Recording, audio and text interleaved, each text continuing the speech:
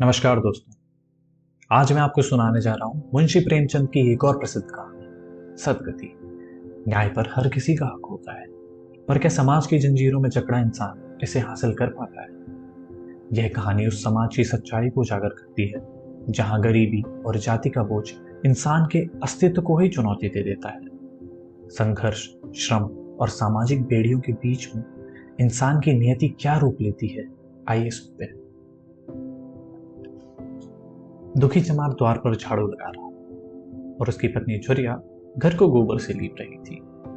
दोनों अपने अपने काम से फुर्सत पा चुके थे तो चमारे ने आकर कहा, तो जाके पंडित बाबा से कह आओ ना, ऐसा ना हो कहीं चले जाएं।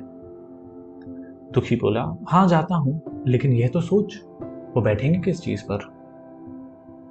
झुरिया सोचते हुए बोली, कहीं से खटिया ना मिल जाएगी, ठकुराने से मांग लाना। दुखी निराश मन से बोला, तू कभी कभी ऐसी बात कह देती है कि मेरी देह चल जाती है। ठकुराने वाले भला कभी मुझे खटिया देंगे? आग तक तो उनके घर से निकलती नहीं, भला खटिया देंगे? कह थाने में जाकर एक लोटा पानी मांग लूं तो ना मिलेगा, भला खटिया कौन देगा? हमारे उपले भूसा लकड़ी थोड़ी ना है कि जो चाहे उठा ले जाए। एक काम कर, ले अपनी खटोली ले ले, उसे धोकर रख दे। गर्मी के तो दिन है, उनके आते आते सूख जाएगी। झुरिया नाराज होकर बोली, अरे वह हमारी खटोली में थोड़ी ना बैठेंगे, देखते नहीं कितना नींद धर्म करते हैं। दुखी ने जरा चिंतित होकर कहा, बात तो सही है, महुए के पत्ते तोड़कर पत्तल बना लूं? पत्तल में तो बड़े बड़े आदमी खाते हैं, वे पवित्र है। ला तो डंडा ला, मैं पत्ते तोड़ लेता हूं। झुरिया ने बोला, पत्तल मैं बना लूंगी, तुम जाओ, लेकिन हाँ, उन्हें सीधा भी तो देना है, अपनी थाली में रख दूं? दुखी ने कहा, कहीं ऐसा गजब ना करना, नहीं तो सीधा भी जाए और थाली भी फूटे। बाबा थाली उठाकर पटक देंगे, उनको बड़ी जल्दी क्रोध चढ़ाता है। क्रोध में तो पंडिताइन तक को नहीं छोड़ते। एक बार लड़के को ऐसा पीटा कि आज तक टूटा हाथ लिए फिरता है। पत्तल में ही सीधा देना, हाँ, मोदा तू मत छूना।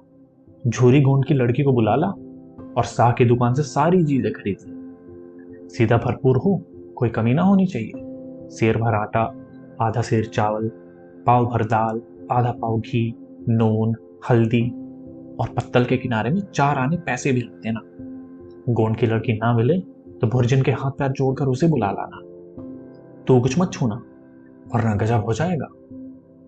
इन बातों का ताकीदा देकर दुखी ने लकड़ी उठाई और घास का एक बड़ा सा गट्ठा लेकर पंडित जी से अर्ज करने चला।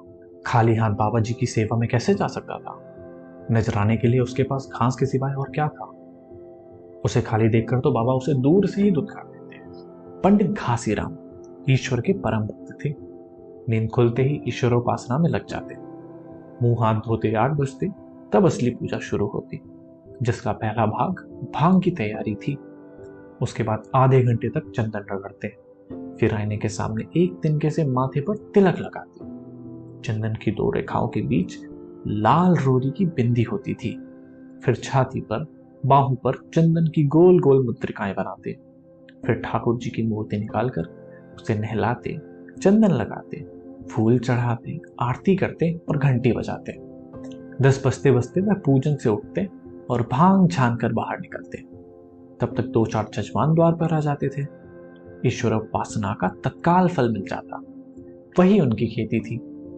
आज वह पूजन घर से निकले तो देखा दुखी चमार घास का एक गट्ठा लिए बैठा है। दुखी उन्हें देखते ही खड़ा हुआ और साष्टांग दंडवत करके हाथ बांधकर खड़ा हो गया। यह तेजस्वी मूर्ति देखकर उसका हृदय श्रद्धा से परिपूर्ण हो गया। कितनी दिव्य मूर्ति है! छोटा सा गोल मटोल आदमी, चिकना सिर, फूले फूले गाल, ब्रह्म तेज से प्रदीप्त आंखें, रोरी और चंदन देवताओं की प्रतिभा प्रदान कर रही थी। दुखी को देखकर श्रीमुख से बोले, आज कैसे चला रे दुखिया? दुखी ने सिर झुकाकर कहा, बिटिया की सगाई कर रहा हूं महाराज, कुछ साहित्य सगुन गुजारना है, कब मर्जी होगी। इस पर पंडित जी बोले, आज मुझे छुट्टी नहीं है, हाँ सांझ तक आऊंगा। दुखी बोला, नहीं महाराज, मर्जी जल्दी हो जाए, सामान सब ठीक कराया, बतलाइए ये घास कहाँ रख दूं? पंडित जी ने उसे आदेश दिया, इसे गाय के सामने डाल दे और जरा झाड़ू लेकर द्वार साफ कर दे। ये बैठक कई दिनों से नहीं लीपी है, इसे भी गोबर से लीपते हैं। तब तक मैं भोजन कर लूं, फिर जरा आराम करके चलूंगा। हाँ, ये लकड़ी भी पड़ी है, इसे चीर देना। खलिहान में 4 खांची भूसा पड़ा है, उसे भी उठा लाना और भुसौले में रख देना। दुखी फौरन ही हुक्म की तालीम कर देगा। द्वार पर झाड़ू लगाई, बैठक को गोबर से लीपा। तब तक 12 बज गए। पंडित जी भोजन करने चले गए। दुखी ने सुबह से कुछ नहीं खाया था, उसे भी जोर की भूख लगी, पर वहां खाने को क्या धरा था। घर यहां से मील भर था। वह खाना खाने चले जाए तो पंडित जी बिगड़ बैठे। बेचारे ने भूख दबाई और लकड़ी फाड़ने लगा। लकड़ी की मोटी सी गांठ थी, जिस पर पहले कितने ही भक्तों ने अपना जोर आजमा लिया था। वह उसी दमखम के साथ लोहे से लोहा लेने के लिए तैयार था। दुखी घास छीलकर बाजार ले जाता था। लकड़ी चीरने का उसे अभ्यास ना था। घास उसके खुरपे के सामने सिर झुका देती थी। यहां कसकसाकर कुल्हाड़ी पर भरपूर हाथ लगाता, पर उस गांठ पर निशान तक ना पड़ता। कुल्हाड़ी उचट जाती। पसीने से तर था, हांफता था, थक कर बैठ जाता था, फिर उठता था। हाथ उठाए न उठते थे, पांव कांप रहे थे, कमर ना सीधी होती थी, आंखों तले अंधेरा हो रहा था, सिर में चक्कर आ रहे थे, तितलियां उड़ रही थी। फिर भी वह अपने काम किए जाता था। अगर एक चिलम तंबाकू पीने को मिल जाती तो शायद कुछ ताकत आती। उसने सोचा, यहां चिलम तंबाकू कहाँ मिलेगी? बामनों का पूरा है, और बामन लोग हम नीच जातों की तरह चिलम तंबाकू थोड़ी ना पीते हैं। सहसा उसे याद आया कि गांव में एक गोंड भी रहता है। वह तुरंत उसके घर दौड़ा। खैर, मेहनत सफल हुई। उसने तंबाकू भी दी और चिलम भी दी, पर आग वहां ना थी। दुखी ने कहा, अरे आग की चिंता ना करो भाई, मैं जाता हूं, पंडित जी के घर से आग मांग लूंगा। वहां तो अभी भी रसोई बन रही थी। यह कहता हुआ वह दोनों चीजें लेकर वहां से चला आया और पंडित जी के घर के द्वार के सामने खड़ा होकर बोला, मालिक, रिचके से आग मिल जाए तो एक चिलम पी ले। पंडित जी भोजन कर रहे थे। पंडिताइन ने पूछा, यह कौन आदमी आग मांग रहा है? पंडित जी बोले, अरे वही ससुरा दुखिया चमार है, कहा था थोड़ी सी लकड़ी चीर दे, आग हो तो दे दो। पंडिताइन ने भौं चढ़ाकर कहा, तुम्हें तो जैसे पोथी पत्रे के सामने धर्म कर्म का ध्यान ही नहीं रहता। चमार हो, धोबी हो, पासी हो, मुंह उठाए घर में चला आए। हिंदू का घर ना हुआ कोई सराय हुई। कह दो दाढ़ी जार से कि चला जाए, नहीं तो यही लठुए से मुंह झुलसा दूंगी। आग मांगने चले हैं। पंडित जी ने उन्हें समझा कर कहा, अरे भीतर आ गया है तो क्या हुआ? तुम्हारी कोई चीज तो नहीं छुई। धरती पवित्र है, जरा सी आग देगी और नहीं देती? काम तो हमारा ही कर रहा है। कोई लोनिया यहां लकड़ी फाड़ता तो कम से कम 4 आने लेता। पंडिताइन ने गरज कर कहा, वह घर में आया क्यों? पंडित ने हार कर कहा, ससुरे का अभाग था, और क्या? पंडिताइन बोली, अच्छा ठीक है, इस वक्त तो आग दिए देती हूं, लेकिन फिर जो इस घर में आया तो उसका मुंह ही जला दूंगी। दुखी के कानों में इन बातों की भनक पड़ रही थी। पछता रहा था, नहा किया आया। सच तो कहती है, पंडित के घर में चमार कैसे चला? बड़े पवित्र होते हैं ये लोग, तभी तो संसार पूछता है, तभी तो इतना मान है। पर चमार थोड़ी ही है। इस गांव में बूढ़ा हो गया, मगर मुझे इतनी अकल भी ना आई। इसीलिए पंडिताइन जब आग लेकर निकली तो वह मानो स्वर्ग का वरदान पा गया। दोनों हाथ जोड़कर जमीन पर माथा टेकता हुआ बोला, पंडिताइन माता, मुझसे बड़ी भूल हुई कि घर में चला। चमार की ही अकल तो है, इतने मूर्ख न होते तो लात क्यों खाते?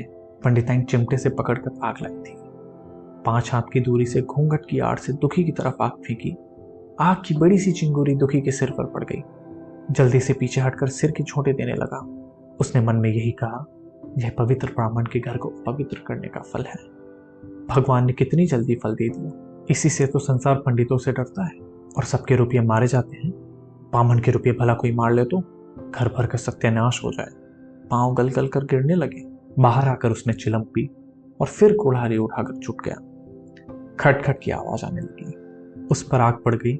पंडिताइन को भी उस पर कुछ दया आ गई। पंडित जी भोजन करके उठे तो बोली, इस चमरवा को भी कुछ खाने को दे दो, बेचारा कब से काम कर रहा है, भूखा होगा। पंडित जी ने इस प्रस्ताव को व्यवहारिक क्षेत्र से दूर समझकर पूछा, रोटियां हैं? पंडिताइन ने जवाब दिया, दो चार रोटियां बची होंगी।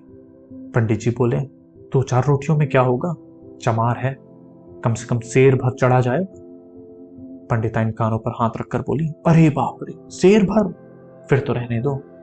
पंडित जी अब शेर बनकर कहा, कुछ भूसी चोकर हो तो आटे में मिलाकर दे दो, साले का पेट भर जाएगा। पतली रोटियों से इन नीचों का पेट नहीं भरता, इन्हें तो जुआर लिट्टा चाहिए। पंडिताइन ने कहा, अब जाने भी दो, धूप में कौन मरे। दुखी ने चिलम पीकर फिर कुल्हाड़ी संभाली। दम लेने से जरा हाथों में ताकत आ गई। कोई आधे घंटे तक फिर कुल्हाड़ी चलाता रहा, फिर बेदम होकर वहीं सिर पकड़कर बैठ गया। इतने में वही गोंड आ गया और बोला, जान क्यों देते हो बूढ़े दादा, तुम्हारे फाड़े ये गांठ तली, नाहक परेशान होते हो। दुखी ने माथे का पसीना पूछकर कहा, अभी गाड़ी भर भूसा ढूंढना है भाई। गोंड ने पूछा, कुछ खाने को मिला कि काम ही कराना जानते हैं, जाके मांगू क्यों नहीं। दुखी इस पर बोला, अरे कैसी बात करते हो चिखोरी, बामन की रोटी हमको पचेगी। गोंड ने इस पर कहा, अरे पचने को तो पच जाएगी, पहले मिले तो। मूछों को ताव देकर भोजन किया और आराम से सो गए। तुम्हें यहां लकड़ी फाड़ने को लगा दिया। जमींदार भी कुछ खाने को देता है, हकीम भी बिगाड़ लेता है तो थोड़ी बहुत मजूरी देता है, यह तो उनसे भी बढ़कर हो गए, उस पर धर्मात्मा बनते हैं। दुखी ने कहा, अरे धीरे बोलो भाई, कहीं सुन ले तो आफत आ जाएगी। यह कहकर दुखी फिर संभल पड़ा और कुल्हाड़ी की चोट मारने लगा। चिखोरी पर उसको दया आई, आकर कुल्हाड़ी उसके हाथ से छीन ली और कोई आधे घंटे तक खूब कसकर कुल्हाड़ी चढ़ाई, पर गांठ में एक दरार भी ना पड़ी। तब उसने कुल्हाड़ी फेंकी और कहा, तुम्हारे फाड़े ना फटेगी दादा, जान भले निकल जाए। दुखी सोचने लगा, बाबा ने ये गांठ कहाँ रख छोड़ी थी, फाड़ी ही नहीं फटती है, कहीं दरार तक तो पड़ती नहीं है, मैं कब तक इसे चीरता रहूंगा। अभी घर पर 100 काम पड़े हैं, कार परोजन का घर है, एक ना एक चीज घटी रहती है, पर इन्हें इसकी क्या चिंता। चलो जब तक मैं भूसा उठा लाता, कह दूंगा बाबा आज नहीं फटी लकड़ी, कल आकर चीर दूंगा। उसने झवा उठाया और भूसा ढोने लगा। खलियान यहां से 2 फरलांग से कम ना था। अगर झोवा खूब भर भर कर लाता तो काम जल्दी खत्म हो जाता। फिर झोवे को उठवाता कौन, अकेले भरा हुआ झोवा उससे तो ना उठ सकता था, इसलिए थोड़ा थोड़ा लाता था। 4 बजे कहीं भूसा खत्म हुआ। पंडित जी की भी नींद खुली, मुंह हाथ धोया, पान खाया और बाहर निकले। देखा तो दुखी सर पर झवा रखे सो रहा था। जोर से बोले, अरे दुखिया, तू अभी सो रहा है, लकड़ी अभी तक ज्यों का त्यों पड़ी हुई है, इतनी देर तक तू करता क्या रहा। मुट्ठी भर भूसा ढोने में सांझ कर दी, उस पर से सो रहा है। उठा, ले कुल्हाड़ी और लकड़ी फाड़ डाल, तुझसे जरा सी लकड़ी नहीं फटती, फिर साइड भी वैसी ही निकलेगी, मुझे दोष मत देना। दुखी ने फिर कुल्हाड़ी उठाई। जो बातें उसने पहले सोच रखी थी वह सब भूल गई। पेट पीठ पर धंसा जाता था। आज सवेरे जलपान तक ना किया था, अवकाश ही ना मिला, उठना ही पहाड़ मालूम होता था। जी डूबा जाता था, पर दिल को समझा कर उठा। पंडित हैं, कहीं साइड ठीक ना विचारें तो फिर सत्यानाश ही हो जाएगा।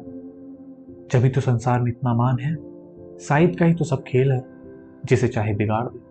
पंडित जी गांठ के पास आकर खड़े हो गए और बढ़ावा देने लगे। हाँ मार, कस के मार, अरे मार मार, जोर से मार, तेरे हाथ में तो जैसे ताकत ही नहीं है, लगा कस के। खड़ा सोचने क्या लगता है भाई। हाँ हाँ, फटी गई, दे उसी दरार में। दुखी अपने होश में ना था। ना जाने कौन सी गुप्त शक्ति उसके हाथों को चला रही थी।